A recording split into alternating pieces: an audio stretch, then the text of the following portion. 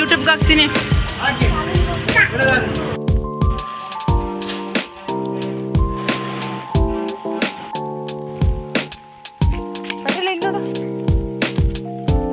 ಬಳೆ ಗಿಡ ಪಾಪು ಬಳೆ ಗಿಡ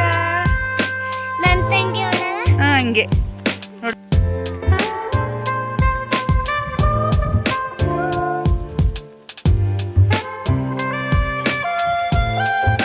ಹಾಯ್, ಎಲ್ರಿಗೂ ನಮಸ್ಕಾರ ಫ್ರೆಂಡ್ಸ್. ಎಲ್ಲರೂ ಹೇಗಿದ್ದೀರಾ? ಎಲ್ಲರೂ ಚೆನ್ನಾಗಿದ್ದೀರಾ ಅಂತ ಅಂದ್ಕೊಂಡಿದ್ದೀನಿ. ನಾನು ಕೂಡ ತುಂಬ ಚೆನ್ನಾಗಿದ್ದೀನಿ. ಇದು ಶಿವರಾತ್ರಿ ಹಬ್ಬದ ದಿನದ ವ್ಲಾಗು. ಬೆಳಗ್ಗೆನೇ ಎದ್ದು ಸ್ನಾನ ಮಾಡಿ ಪೂಜೆ ಎಲ್ಲ ಮುಗಿಸಿ ನಾನು ಮತ್ತು ಪಾಪು ಇಬ್ಬರೂ ಊರಿಗೆ ಹೋಗ್ತಾಯಿದ್ದೀವಿ. ಬೆಳ್ತೂರಿಗೆ ಹೋಗ್ತಾಯಿದ್ವಿ. ನನ್ನ ಮಗ ಮತ್ತು ಹಸ್ಬೆಂಡು ಆಲ್ರೆಡಿ ಹೋಗಿದ್ದರು.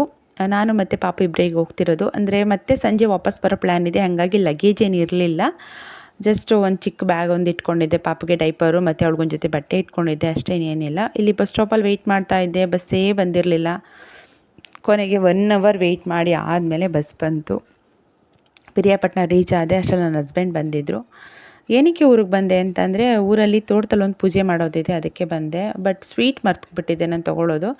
ಸೊ ಇಲ್ಲಿ ನಮ್ಮೂರಲ್ಲಿ ಫೇಮಸ್ ಅಂದರೆ ಗುರು ಬಸವೇಶ್ವರ ಸ್ವೀಟ್ ಸೆಂಟರ್ ಅಂತ ಇದೆ, ತುಂಬ ಚೆನ್ನಾಗಿದೆ. ಇವರು ಅದೇ ಆಲ್ರೆಡಿ ತಾತ ಮುತ್ತಾತನ ಕಾಲದಿಂದ ಸ್ವೀಟ್ ಬಿಸ್ನೆಸ್ಸಲ್ಲೇ ಬಂದಿರೋರು. ನಮ್ಮ ಚುಂಚನಕಟ್ಟೆ ಜಾತ್ರೆಗೆಲ್ಲ ಬರ್ತಿದ್ರಂತೆ ಅವಾಗೆಲ್ಲ ಮಿಠಾಯಿ ಅಂಗಡಿ ಹಾಕೋದಕ್ಕೆ ಅಂತ. ಇವರು ಮಿಠಾಯಿ ಮಹಾದೇವ ಅಂತಲೇ ಫೇಮಸ್ಸು. ತುಂಬ ಚೆನ್ನಾಗಿರುತ್ತೆ, ಎಲ್ಲ ಫ್ರೆಶ್ ಐಟಮ್ಸೇ ಕೊಡ್ತಾರೆ. ನಾನು ಅಂಕಲ್ಗೆ ಹೇಳಿದೆ, ಅಂಕಲ್ ಯೂಟ್ಯೂಬ್ಗೆ ಹಾಕ್ಬಿಡ್ತೀನಿ ನೋಡಿ ನಿಮ್ಮ ಶಾಪ್ನ ಅಂತ. ಹಾಕಮ್ಮ, ಒಳ್ಳೇದಾಗಲಿ ಅಂತಂದರು. ಇದು ಯಾವುದೇ ರೀತಿ ಪ್ರಮೋಷನ್ ಅಲ್ಲ, ನಾನು ನನ್ನ ಖುಷಿಯಿಂದ ಹಾಕ್ತಿರೋದಷ್ಟೇ. ಮತ್ತು ನಾವೇನೇನು ಪರ್ಚೇಸ್ ಮಾಡೋದು ಅದಕ್ಕೆಲ್ಲ ದುಡ್ಡು ಕೊಟ್ಟೆ ತೊಗೊಂಡಿರೋದು. ತುಂಬ ಫ್ರೆಶ್ ಇರುತ್ತೆ. ಸ್ವೀಟ್ ಐಟಮ್ ಇರ್ಬೋದು, ಖಾರ ಐಟಮ್ ಇರ್ಬೋದು, ತುಂಬ ಚೆನ್ನಾಗಿರುತ್ತೆ. ಟೇಸ್ಟು ಅಷ್ಟೇ ತುಂಬ ಚೆನ್ನಾಗಿರುತ್ತೆ. ಯಾರಿಗಾದರೂ ಬೇಕಂದರೆ ಕಾಂಟ್ಯಾಕ್ಟ್ ಮಾಡಿ. ಏನೇ ಮದುವೆ ಇರ್ಬೋದು, ಫಂಕ್ಷನ್ಸು, ನಾಮಕರಣ ಏನಕ್ಕಾದರೂ ಇವ್ರ ಹತ್ರ ಸಪ್ಲೈ ಮಾಡ್ತಾರೆ. ಇವ್ರ ಕಾಂಟ್ಯಾಕ್ಟ್ನ ನಾನು ಡಿಸ್ಕ್ರಿಪ್ಷನಲ್ಲಿ ಟ್ಯಾಗ್ ಮಾಡಿರ್ತೀನಿ. ಯಾರಿಗಾದ್ರು ಬೇಕಂದರೆ ಪ್ಲೀಸ್ ಕಾಂಟ್ಯಾಕ್ಟ್ ಮಾಡಿ ಅವರನ್ನು. ಆ್ಯಂಡ್ ಇವಾಗ ನಾನು ಹಸ್ಬೆಂಡು ಪಾಪು ಎಲ್ಲ ಬೈಕಲ್ಲಿ ಊರಿಗೆ ಹೋಗ್ತಾ ಇದ್ದೀವಿ. ವಿಡಿಯೋನ ಎಲ್ಲೂ ಸ್ಕಿಪ್ ಮಾಡೋಕ್ಕೆ ಹೋಗ್ಬೇಡಿ, ತುಂಬ ಇಂಟ್ರೆಸ್ಟಿಂಗ್ ಆಗಿರುತ್ತೆ ಇವತ್ತಿನ ವಿಡಿಯೋ. ಪ್ಲೀಸ್ ಕೊನೆ ತನಕ ನೋಡಿ. ಹಾಗೆ ಇಷ್ಟ ಆದರೆ ಲೈಕ್, ಶೇರ್, ಕಮೆಂಟ್ ಮಾಡೋದನ್ನ ಮರಿಬೇಡಿ. ಇಲ್ಲಿ ಮೆಣಸು ಬಿಡಿಸಿದ್ವಿ ನಾವು, ಪೆಪ್ಪರ್ ಹಾಕಿದ್ದೀವಲ್ವ, ಬ್ಲ್ಯಾಕ್ ಪೆಪ್ಪರು. ಅದು ಫಸ್ಟ್ ಟೈಮು ಫಲ ಬಂದಿರೋದು. ಬಿಡಿಸ್ತಾ ಇದ್ವಿ. ಎಷ್ಟೊಂದೆಲ್ಲ ಅದು ಸ್ಪ್ರಿಂಕ್ಲರ್ ಹಾಕ್ತಾರಲ್ಲ ಕಾಫಿ ತೋಟಕ್ಕೆ, ಸ್ಪ್ರಿಂಕ್ಲರ್ ನೀರು ಬಿದ್ದು ಎಷ್ಟೊಂದೆಲ್ಲ ವೇಸ್ಟ್ ಆಗಿಬಿಟ್ಟಿದೆ. ಬಟ್ ಇರೋದನ್ನು ಎತ್ಕೊಂಡು ಒಣಗಿಸೋದಕ್ಕೆ ಅಂತ ಹಾಕಿದ್ರು. ಇದು ಸ್ವಲ್ಪ ಡ್ರೈ ಆಗಿರೋದು. ಮತ್ತು ಇದು ಕಡ್ಡಿ, ಮೆಣಸಿನ ಕಡ್ಡಿ ಇರುತ್ತಲ್ಲ, ಆ ಕಡ್ಡಿ ಇದನ್ನು ಕೂಡ ತೊಗೊಳ್ತಾರಂತೆ. ಅಂದರೆ ಮೇ ಬಿ ಗರಂ ಮಸಾಲೆ ಪೌಡರೆಲ್ಲ ಮಾಡ್ತಾರಲ್ಲ, ಅದಕ್ಕೆ ತೊಗೋತಾರೆ ಏನೋ, ಗೊತ್ತಿಲ್ಲ ನನಗೂ ಸರಿಯಾಗಿ. ಅದಕ್ಕೆ ಅದನ್ನ ಒಣಗಿಸ್ತಾ ಇದ್ವಿ. ಅದಾದಮೇಲೆ ಇಲ್ಲಿ ಏನದು ಮೆಣಸನ್ನ ಆಲ್ರೆಡಿ ಇದು ಚೀಲಕ್ಕೆ ತುಂಬಬೇಕಿತ್ತು ಇವಾಗ. ಅದಕ್ಕೆ ನನ್ನ ಹಸ್ಬೆಂಡ್ ಅದನ್ನ ರಾಶಿ ಮಾಡ್ತಾಯಿದ್ರು. ಮನೆಯಲ್ಲಿ ಮಾಮೂಲಿ ಹಬ್ಬ ಅಲ್ವಾ, ಅಮ್ಮ ಕೆಲಸ ಎಲ್ಲ ಮುಗಿಸಿ ಮಾಮೂಲಿ ಅವ್ರ ಮನೆ ಕೆಲಸ ಮಾಡ್ಕೊತಿದ್ರು, ಪೂಜೆ ಕೆಲಸ. ಎಲ್ಲರದ್ದು ಊಟ ಎಲ್ಲ ಆದಮೇಲೆ ಪೂಜೆ ಮಾಡೋಕ್ಕೆ ಹೋಗ್ಬೇಕಿತ್ತು ತೋಟಕ್ಕೆ. ಅಂದರೆ ನಾನು ಬರೋ ಅಷ್ಟರಲ್ಲಾಗಲೇ ಒಂದು 12:30 ಆಗೋಗಿತ್ತು. ಮಧ್ಯಾಹ್ನ ಬಿಸಿಲು ಟೈಮಲ್ಲಿ ಮಾಡಬಾರ್ದು ಅಂಥೇಳಿ ತಂಪೊತ್ತಾಗಲಿ ಮಾಡೋಣ ಅಂತ ಅಂದ್ಬಿಟ್ಟು ಸುಮ್ಮನಾಗಿದ್ವಿ. ಸೊ ಮೆಣಸೆಲ್ಲ ತುಂಬಿಟ್ಬಿಟ್ಟು ಹೋಗೋಣ ಅಂತ ತುಂಬ್ತಾಯಿದ್ರು. ನನ್ನ ಹಸ್ಬೆಂಡ್ ಫಸ್ಟ್ ತುಂಬ್ತಿದ್ರು, ಆಮೇಲೆ ಪ್ರೀತು ಮತ್ತು ನನ್ನ ಮಗ ಇಬ್ಬರು ನಾನು ತುಂಬ್ತೀನೋ ಅವ್ನು ತುಂಬ್ತೀವಿ ಅಂತ ಅವರೇ ಬಂದರು. ಹಾಗಾಗಿ ಅವ್ರ ಕೈಲಿ ತುಂಬಿಸ್ತಿದ್ದಾರೆ ಅಷ್ಟೇ. ಆಮೇಲೆ ಮಕ್ಳ ಕೈಲಿ ತುಂಬಿಸ್ತಿದ್ದಾರೆ ಅಂತ ಅದನ್ನೂ ಕಮೆಂಟ್ ಮಾಡಿಬಿಡಿ. ಇವಾಗ ಸಂಜೆ ಒಂದು 4:15 ಆಗಿತ್ತು. ಆ ಟೈಮಲ್ಲಿ ಹೊಲ್ದ ಹತ್ರ ಹೋಗ್ತಾಯಿದ್ದೀವಿ, ತೋಟದ ಹತ್ರ ಹೋಗ್ತಿದ್ವಿ. ಏನಕ್ಕೆ ಅಂದರೆ ನಮ್ಮ ತೋಟದಲ್ಲಿ ಹೊಂಬಾಳೆ ಬಂದಿದೆ, ತೆಂಗು ಹೊಂಬಾಳೆ ಬಂದಿದೆ, ಅದನ್ನ ಪೂಜೆ ಮಾಡೋದಿತ್ತು. ಅದಕ್ಕೋಸ್ಕರ ಬಂದ್ವಿ. ತುಂಬ ಖುಷಿಯಾಯಿತು. ಹೊಂಬಾಳೆ ಬಂದಿದೆ ಅಂದರೆ ಎಷ್ಟು ಖುಷಿ ಅಲ್ವಾ. ನಾವು ಜಮೀನಲ್ಲಿ ಬೆಳೆ ಬೆಳೆದಿದ್ದೀವಿ ಅಂದಾಗ ಅದು ಫಲ ಕೊಡ್ತಿದೆ ಅಂದರೆ ಎಂಥ ರೈತರಿಗೂ ಎಂಥವ್ರಿಗೆ ಆದ್ರೂ ತುಂಬ ಖುಷಿಯಾಗೋವಂಥ ವಿಚಾರನೇ. ನಮಗೂ ಅಷ್ಟೇ ಸಿಕ್ಕಾಬಟ್ಟೆ ಖುಷಿಯಾಯಿತು. ನನಗಿಂತ ಹೆಚ್ಚಾಗಿ ನನ್ನ ಹಸ್ಬೆಂಡು ಸಿಕ್ಕಾಬಟ್ಟೆ ಖುಷಿಪಟ್ಟರು. ಯಾಕಂದರೆ ತುಂಬ ಕಷ್ಟಪಟ್ಟಿದ್ದಾರೆ ಈ ತೆಂಗಿನ ಗಿಡನೆಲ್ಲ ಅವ್ರು ಬೆಳೆಸೋದಕ್ಕೆ. ನೀರಿಲ್ಲದೇ ಇರೋ ಟೈಮಲ್ಲೆಲ್ಲ ಸಿಕ್ಕಾಬಟ್ಟೆ ಕಷ್ಟ ಆಗಿಬಿಟ್ಟಿದೆ. ಹಾಗಾಗಿ ಸ್ವಲ್ಪ ಅವ್ರಿಗೆ ಜಾಸ್ತಿ ಖುಷಿಯಾಗಿದ್ದು. ಆ್ಯಂಡ್ ಹೊಂಬಾಳೆ ಬಂದಿರೋ ವಿಷಯ ಕೂಡ ಅವರು ಫಸ್ಟು ಯಾರಿಗೆ ಹೇಳಿದ್ರು ಗೊತ್ತಾ? ನನ್ನ ಮಗಳಿಗೆ ಬಂದು ಹೇಳಿದ್ದು. ಅಪ್ಪಾಜಿ ಅಮ್ಮಂಗೂ ಹೇಳಿಲ್ಲ, ನನಗೂ ಕೂಡ ಹೇಳಿಲ್ಲ. ಅವರು ಫಸ್ಟ್ ಬಂದು ಅವ್ರ ಮಗಳಿಗೆ ಹೇಳಿದ್ದು, ಹೊಂಬಾಳೆ ಬಂದಿದೆ ಮಗಳೇ ಅಂತ ಅಂದ್ಬಿಟ್ಟು. ಅವ್ರು ಹಂಗೆ ಅಂದ್ಕೊಂಡಿದ್ರಂತೆ ನನ್ನ ಮಗಳಿಗೆ ಹೇಳಬೇಕು ಅಂತ. ಹಂಗಾಗಿ ಮಗನಿಗೆ ಮತ್ತು ಮಗಳಿಗೆ ಹೇಳಿದ್ದು. ಆಮೇಲೆ ನಮಗೆಲ್ಲ ಗೊತ್ತಾಗಿದ್ದು. ಅಲ್ಲಿ ತನಕ ನಮಗೂ ಕೂಡ ಹೇಳಿರಲಿಲ್ಲ ಅವರು ಹೊಂಬಾಳೆ ಬಂದಿರೋ ವಿಷಯ. ಸೊ ಪರವಾಗಿಲ್ಲ. ತೋಟ ಅಂದರೆ ಕಳೆ ಬಂದುಬಿಟ್ಟಿತ್ತು, ಸ್ವಲ್ಪ ತೆಗೆಸ್ಬೇಕಿತ್ತು.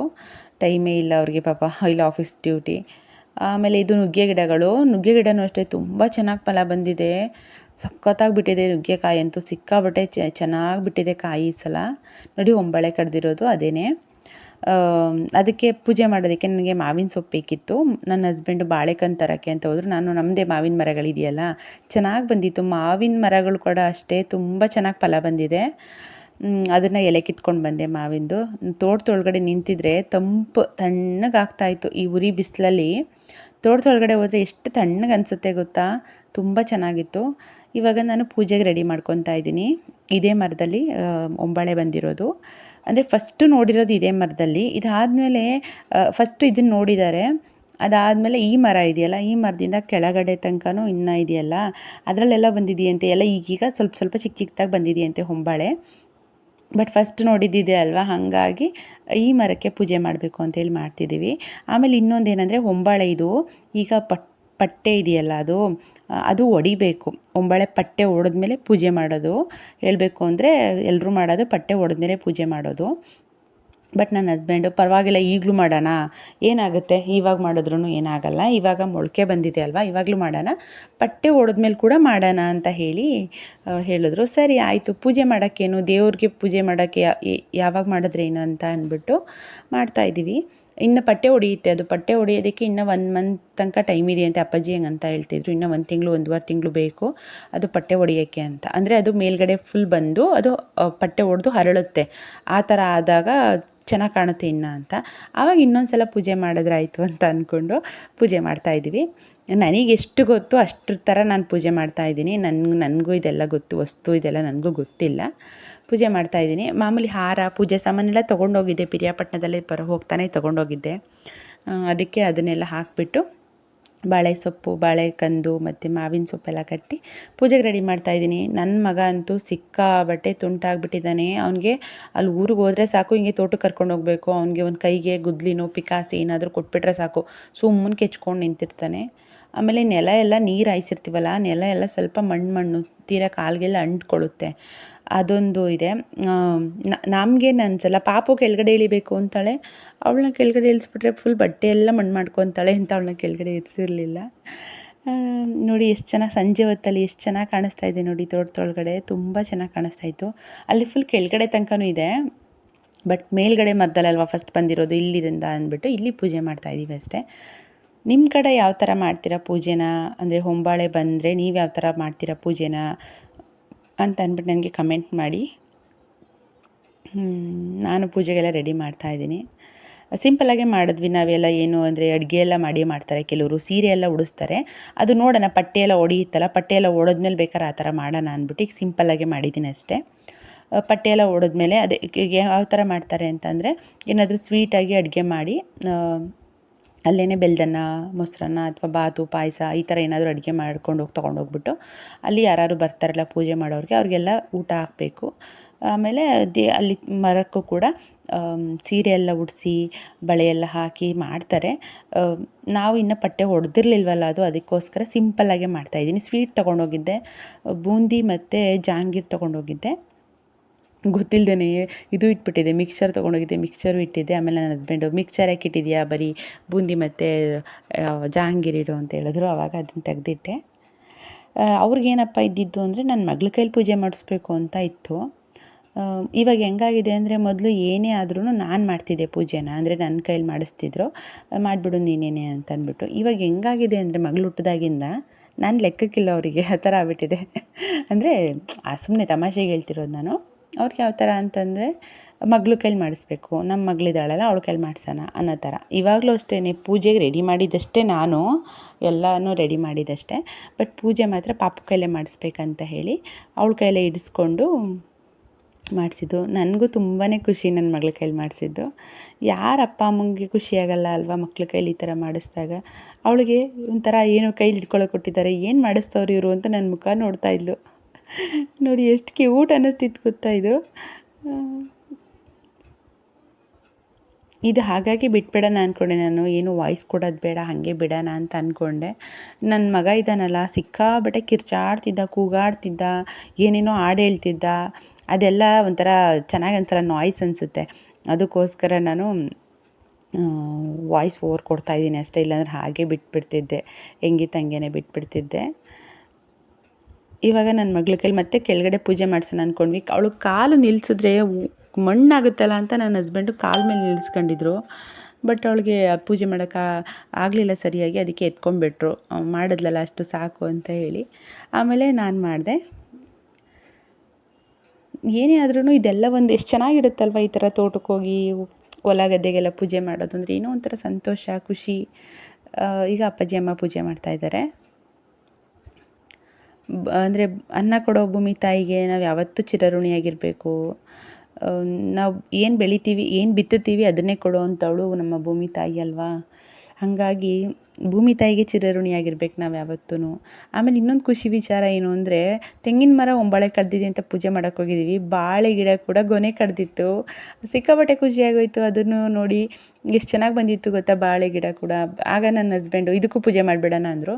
ಹೂವು ಎಲ್ಲ ನಾನು ತೆಂಗಿನ ಮರಕ್ಕೆ ಹಾಕಿಬಿಟ್ಟಿದ್ದೆ, ಇಟ್ಕೊಂಡಿರಲಿಲ್ಲ ಸ್ವಲ್ಪ ಕೂಡ. ಸೊ ಇನ್ನೇನು ಮಾಡೋದು ಅಂತೇಳಿ ಅರ್ಶಿನ ಕುಂಕುಮ ಇತ್ತು, ತುಂಬೆ ಹೂವಾಯಿತು. ತೋಟದೊಳಗಡೆ ಸಿಕ್ಕಾಪಟ್ಟೆ ತುಂಬೆ ಹೂವಿದೆ. ಸರಿ ತುಂಬೆ ಹೂವನ್ನೇ ತೊಗೊಂಡು ಬಂದು ಅದನ್ನೇ ಹಾಕಿ, ಗಂಧದ ಕಡ್ಡಿ ಕರ್ಪೂರ ಎಲ್ಲ ಇತ್ತು. ಆದರೆ ಹಣ್ಣು ತೆಂಗಿನಕಾಯಿ ಏನೂ ಇರಲಿಲ್ಲ, ಎಲ್ಲ ಅಲ್ಲೇ ಇಟ್ಬಿಟ್ಟಿದ್ನಲ್ಲ. ಸೊ ಅಷ್ಟೇ ಮಾಡೋಣ, ಇನ್ನೇನು ಮಾಡೋಕ್ಕಾಗುತ್ತೆ ಅಂತ ಅಂದ್ಬಿಟ್ಟು ತುಂಬೆ ಹೂವನ್ನೇ ಮುಡಿಸಿ ಪೂಜೆ ಮಾಡಿದ್ದು. ಇದು ಫಸ್ಟ್ ಗೊನೆ ನಮ್ಮ ತೋಟದಲ್ಲಿ ಬಂದಿರೋದು. ಏನಂದರೆ ಇಷ್ಟೊತ್ತಿಗಾಗಲೇ ನಮ್ಮದು ಗೊನೆ ಬಂದು ತುಂಬ ದಿನ ಆಗಬೇಕಾಗಿತ್ತು. ನೀರು ಸಮಸ್ಯೆಯಿಂದ, ಅಂದರೆ ನಮ್ಮದು ಟಿ ಸಿ ಸುಟ್ಟೋಗ್ಬಿಟ್ಟಿತ್ತು. ಅದು ಸುಟ್ಟೋಗ್ಬಿಟ್ಟು ಅದನ್ನೆಲ್ಲ ಹಾಕಿಸಿ, ಮತ್ತು ಕರೆಂಟು ನಾವು ಅಂದರೆ ಇವ್ರು ಫ್ರೀ, ನನ್ನ ಹಸ್ಬೆಂಡ್ ಫ್ರೀ ಇರೋ ಟೈಮಲ್ಲಿ ಕರೆಂಟ್ ಇರ್ತಿರಲಿಲ್ಲ. ಮತ್ತು ಇಲ್ಲಿಂದ ಹೋಗಿ ಅಲ್ಲಿ ನೀರು ಹಾಕೋದು, ಹಿಂಗೆ ಏನೇನೋ ಬೇರೆ ಬೇರೆ ಪ್ರಾಬ್ಲಮಿಂದಾಗಿ ಬಾಳೆ ಗಿಡ ಲೇಟ್ ಆಯಿತು ಸ್ವಲ್ಪ ಫಲ ಕೊಟ್ಟಿದ್ದು. ಇಲ್ಲಾಂದರೆ ಇಷ್ಟೊತ್ತಿಗೆಲ್ಲ ಬರಬೇಕಿತ್ತು. ಪರವಾಗಿಲ್ಲ, ನಮಗೇನು ಬೇಜಾರು ಆ ಥರ ಏನಿಲ್ಲ. ಏನು ಮಾಡೋಕ್ಕಾಗಲ್ಲ, ಯಾವಾಗ ಯಾವ ಟೈಮಲ್ಲಿ ಏನೇನು ಆಗಬೇಕು ಅದೇ ಆಗಬೇಕಲ್ವ. ನಾವು ಅಂದ್ಕೊಂಡಂಗೆಲ್ಲ ಆಗೋ ಥರ ಆಗಿದ್ದಿದ್ರೆ ತುಂಬಾ ಮಾಡ್ಬೋದಾಗಿತ್ತು. ಬಟ್ ನಾವೇನು ಅನ್ಕೋತೀವೋ ಹಂಗೆ ಆಗಲ್ಲ. ಎಲ್ಲ ದೇವ್ರ ಇಚ್ಛೆ ಏನಿರುತ್ತೆ ಅದೇ ಪ್ರಕಾರನೇ ನಡೆಯೋದು. ಸೊ ಬಾಳೆಗೊನೆ ಕಡ್ದಿದ್ದು ಮಾತ್ರ ನಂಗೆ ತುಂಬ ಖುಷಿ ಆಯಿತು. ಯಾಕಂದರೆ ಇಷ್ಟೊಂದು ದಿನ ಆಗೋಗಿತ್ತು, ನಮಗಿಂತ ಲೇಟಾಗಿ ಹಾಕಿದವ್ರದ್ದೆಲ್ಲ ಆಲ್ರೆಡಿ ಗೊನೆ ಬಂದಿತ್ತು, ನಮ್ಮದಿನ್ನ ಬಂದಿಲ್ವಲ್ಲ ಅಂತ ಬೇಜಾರಾಗ್ತಾಯಿತ್ತು. ಅದು ನೋಡಿ ಖುಷಿಯಾಗಿ ಸೊ ಅದಕ್ಕೂ ಕೂಡ ಪೂಜೆ ಮಾಡಿದ್ವಿ.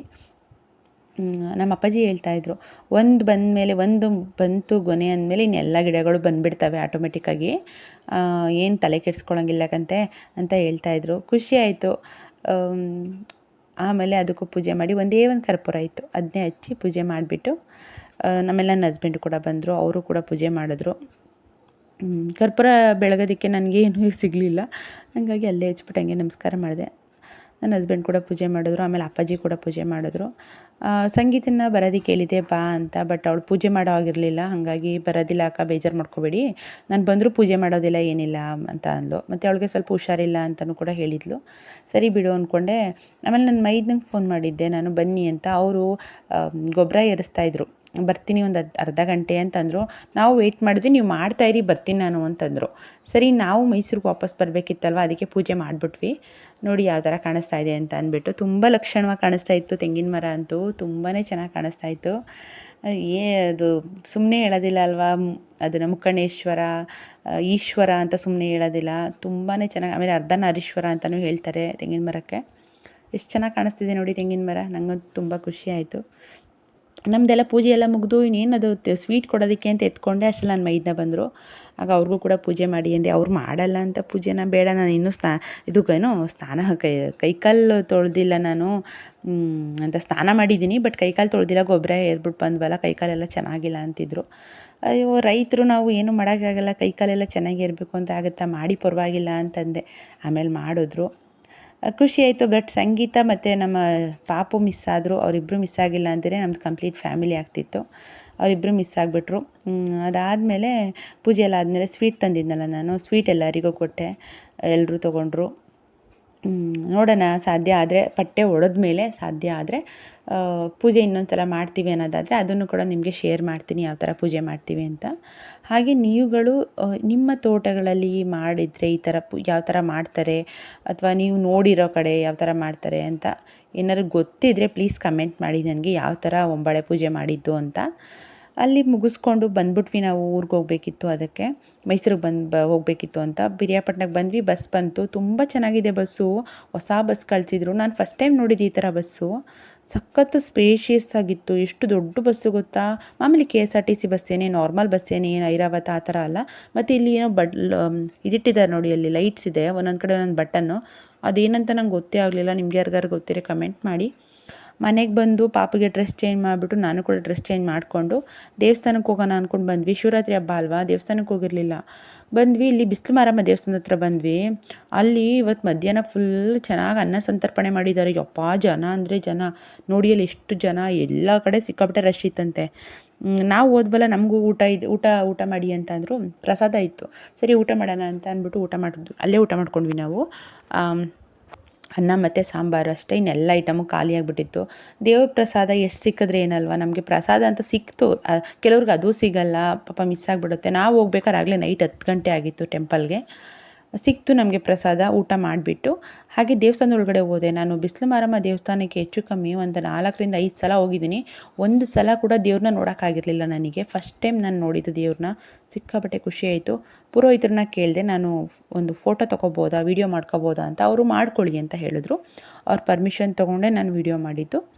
ನಾನು ಹಂಗೆ ದೇವಸ್ಥಾನಗಳಲ್ಲಿ ಕೆಲವರು ಅಲೋ ಮಾಡೋದಿಲ್ವಲ್ಲ, ಹಾಗಾಗಿ ಎಲ್ಲ ಕಡೆ ನಾನು ವೀಡಿಯೋ ಮಾಡೋಕ್ಕೆ ಹೋಗಲ್ಲ. ಪರ್ಮಿಷನ್ ಇದ್ದರೆ ಮಾತ್ರ ಮಾಡ್ತೀನಿ, ಇಲ್ಲಾಂದರೆ ಕೇಳ್ಕೊಂಡು ಮಾಡ್ತೀನಿ. ಆಮೇಲೆ ದೇವಸ್ಥಾನ ಎಲ್ಲ ನೋಡ್ಕೊಂಡೆಲ್ಲ ಆಯಿತು. ತುಂಬ ದೊಡ್ಡ ದೇವಸ್ಥಾನ, ತುಂಬ ಚೆನ್ನಾಗಿದೆ, ಶಕ್ತಿ ದೇವರು ಅಂತ ಹೇಳ್ತಾರೆ. ಆಮೇಲೆ ಅಲ್ಲಿಂದ ಬರ್ತಾ ಇಲ್ಲಿ ಮಾರುತಿ ಟೆಂಪಲ್ಗೆ ಬಂದ್ವಿ. ಶಿವನ ದೇವಸ್ಥಾನ ಇದೆಯಲ್ಲ, ಶಿವನ ದೇವಸ್ಥಾನಕ್ಕೆ ಹೋಗ್ಬಿಡೋಣ ಅಂತ ಬಂದು ಪೂಜೆ ಎಲ್ಲ ಮುಗಿಸಿ, ಅಂದರೆ ಮಾಮೂಲಿ ದರ್ಶನ ಮುಗಿಸ್ಕೊಂಡ್ವಿ. ಇಲ್ಲಿ ಈಶ್ವರನೂ ಇದ್ರಲ್ಲ, ಈಶ್ವರನ ದರ್ಶನ ಮಾಡಿಬಿಟ್ಟು ಹೊರಗಡೆ ಕೂತ್ಕೊಂಡು ಆಮೇಲೆ ಮನೆಗೆ ಬಂದ್ವಿ ನಾವು. ಇದು ನಮ್ಮ ಶಿವರಾತ್ರಿ ದಿನ ಈ ಥರ ಇತ್ತು. ಹೇಗಿತ್ತು ಅಂತ ಪ್ಲೀಸ್ ಕಮೆಂಟ್ ಮಾಡಿ. ಹಾಗೆ ಆ್ಯಂಡ್ ನಾಳೆ ನನ್ನ ಮಗಳು ಬರ್ತ್ಡೇ ಇದೆ, ಅದನ್ನು ಕೂಡ ವಿಡಿಯೋ ಮಾಡ್ತೀನಿ, ಹೇಗಿರುತ್ತೆ ಅಂತ ಅಪ್ಲೋಡ್ ಮಾಡ್ತೀನಿ ನೋಡಿ. ಆ್ಯಂಡ್ ಇವಾಗ ಈ ವ್ಲಾಗ್ನ ಇಲ್ಲಿಗೆ ಎಂಡ್ ಮಾಡ್ತಾ ಇದ್ದೀನಿ. ನಾನು ನಿಮಗೆಲ್ಲ ನೆಕ್ಸ್ಟ್ ವ್ಲಾಗಲ್ಲಿ ಸಿಗ್ತೀನಿ. ಅಲ್ಲಿ ತನಕ ಎಲ್ರಿಗೂ ಬಾಯ್ ಆ್ಯಂಡ್ ಟೇಕ್ ಕೇರ್.